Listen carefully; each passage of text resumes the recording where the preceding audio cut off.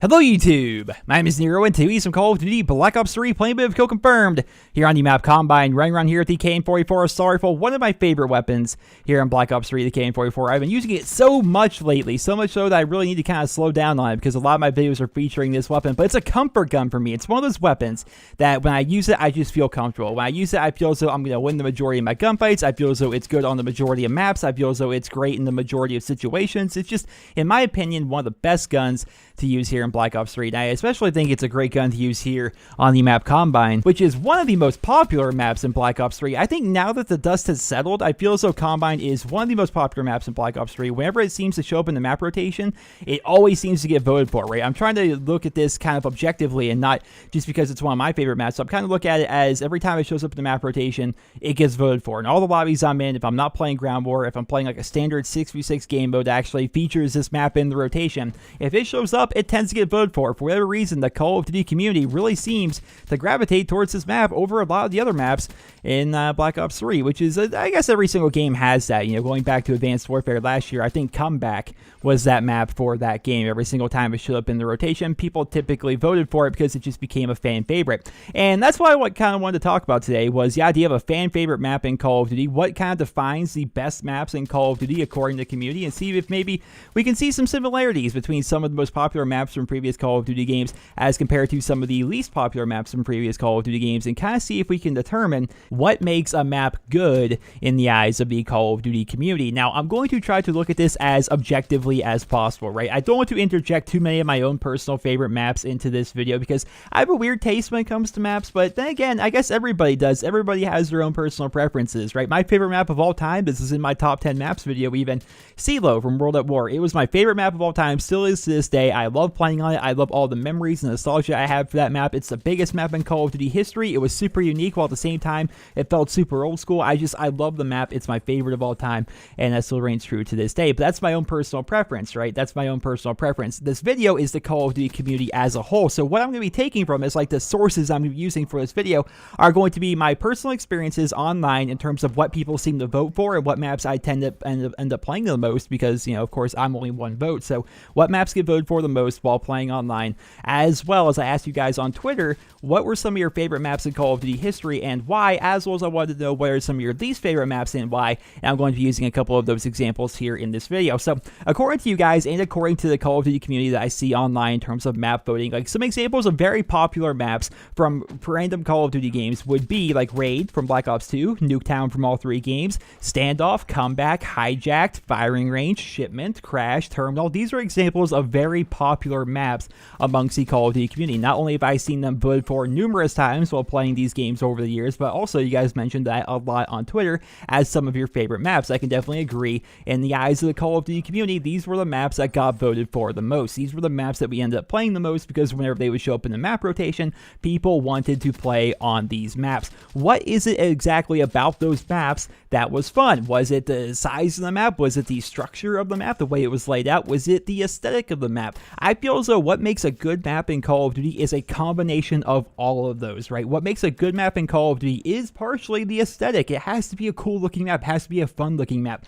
A big part of it, and perhaps the biggest part of it, it has to be a structurally sound map, right? There's a problem with a lot of maps, which we're going to be discussing here in a little bit, that it just makes it so the maps aren't fun to play, and that is the structure of the map, the way it is set up. You know, not only just the way the alleys are set up and the way the pathways are set, but also where the spawn points are, where the objectives are, right? The entire structure of the map is probably the biggest factor in what goes into making a good map, which at the same time is one of the hardest things to put together if you're a map designer, would be the structure, right? How are you going to set up this map? The game designers have a very difficult job because every year they're tasked with the idea of making new maps, but not only do they have to make new maps that actually feel unique and that aren't just a carbon copy of other maps that already exist in the franchise, they also have to come up with these maps that are interesting in terms of a setting, and they have to flow in a different way that other maps do, and they have to just feel unique and like they are their own map and not just like a ripoff of another map. It's a very tough job for them. So some examples of bad maps. These are maps that you guys really didn't like, I noticed on Twitter, as well as these are maps that I personally don't like, as well as maps that just don't get voted for a lot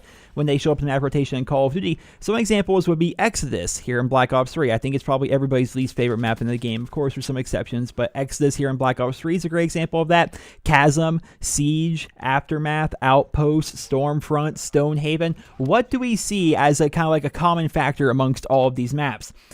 They're really big and really, really convoluted, right? There's a lot of things about these maps that make it so there's just a lot of clutter everywhere, and the flow of that map is not very good. While at the same time, they may have tried to actually have some interesting ideas with these maps. Like, I think the idea for Stonehaven, like the layout of that map, like the setting of the map, I should say, was actually one of the coolest ones we've seen in Call of Duty history. I love the setting for Stonehaven. Hated the way it played. Hated the way it played to death. It was just, I got my first Moab on that game, on that map. You know, I got it before the game even came out. Like, it was just, I liked the map initially, but just as time went by and people started playing the map differently and kind of like the meta game of the map kind of seemed to evolve, it just became just one of the worst maps in Call of Duty, and just nobody ever wanted to vote for it. It was a chore to play on that map, as well as the other ones I mentioned, like Chasm. Remember Chasm from Call of Duty Ghosts? Like, that map was a chore to play on, because if you were to die, you essentially had to hike to get back to where it is you were before, right? There wasn't really a lot of flow to that map, which is so hard, again, from the perspective of a game designer, because if you're somebody whose job it is to make these maps, and you have to try to make them feel unique as compared to the hundreds of other maps that have showed up in the Call of Duty's history, it's hard to do that. You know, when they made Chasm, they wanted to make like this 3-layered thing where you're going in and out of these waves and whatnot. And on paper, it sounded like an interesting idea for a map. In practice, it was just about everybody's least favorite map. Everybody really seemed to dislike it. But another common trend, again, is just the idea of big maps in Call of Duty, which is something that maybe people have varying opinions on. A lot of people don't like the idea of big maps because it feels like it's a chore to get to one end of the map to the other. If you die, you're even more frustrated on those maps because you know you have a little bit of a hike to get back to where you were and back to where the action is, whereas other people don't like the idea of too many small maps because the last thing you want is just like a constant rush of, fast-paced action. You don't want Nuketown 24/7 all the time. Of course, sometimes you want Nuketown 24/7, especially on double XP, but you don't always want your maps to be super tiny. At the same time, you don't want them always to be super big, but at the same time, you don't want them to all be medium maps that all feel the same. You want variety. So these developers, they really have a hard time putting together these maps, I think, because they have to appease all these people, right? They have to make it so these maps are varied. They have to make it so they feel unique. They have to make it so all of these maps actually feel so they have a place in Call of Duty, right? They can't just all be copies of each other. They can't all just be remakes. While yes, we do have remakes that come in the form of DLC, those map remakes are just kind of extras, right? They're just gravy on top of all the other new maps that we get with DLC, as well as all the new and original maps that we get with the base version of the game.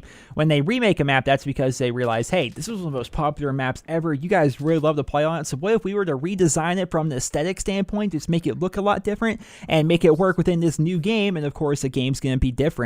Playing on Terminal in Modern Warfare 2 was a lot different than playing on Terminal in Modern Warfare 3 because there was different kill streaks, there was different perks, different guns, different setups. It felt different. Every time they remake a map, it does feel a lot different than the original version of it because it's a remake and it's an entirely different game. So when they do that, it's a nice little gravy piece, but at the same time, they have to make sure all of the original DLC maps that they come out with, as well as all the base maps that come standard with the game, they have to make sure that those maps are good maps. You have to make sure those maps feel unique, that these maps serve a purpose, and that they are original. And that's difficult because they're not always going to hit a home run with every single map they come up with. I feel as though the majority of the maps that we have here in Black Ops 3, at least with the base version of the game, these are good maps. I feel as though they're fun to play on and they're nice to look at. They're good maps. I think that's true of every single Call of Duty game going all the way back. The majority of the maps that we've seen in Call of Duty's history, they're good maps. The majority of them are great. They feel unique, they look good, they play well, so on and so forth, but there are some bad maps like we described. There are some maps that, I personally don't like, or you personally don't like, or just we as a community kind of decide that we don't like because we never vote for them when we play on those maps. There are some bad maps out there. Nobody bats 1,000. They take a risk sometimes, and sometimes it doesn't pay off. Sometimes they take a risk with a map, like for example, when they originally made Shipment in Call of Duty 4 as the smallest little map in Call of Duty history. That was one of the most beloved maps of Call of Duty 4. And then Infinity Ward took another risk in Modern Warfare 3 by remaking Shipment, but completely changing it by making it a death arena and adding an entire outside element. That was a bad risk. That was a risk that a lot of people didn't like. So, there's definitely risk and reward when it comes to putting together these maps, and occasionally we're going to see some bad ones, but the majority of the time we see some good ones, and occasionally just occasionally, I think every game has 1, 2, maybe 3 of these maps, we find some great ones, and those are the maps that kind of go down in like the annals of Call of Duty history as the great ones. These are the great maps that we want to see remade, and these are the great maps they really hit a home run with. So ladies and gentlemen, that is going to conclude my video. I hope you guys all enjoyed it. I hope you guys all found it helpful and informative, and if you did, drop me a rating, and I hope you guys all have a wonderful day.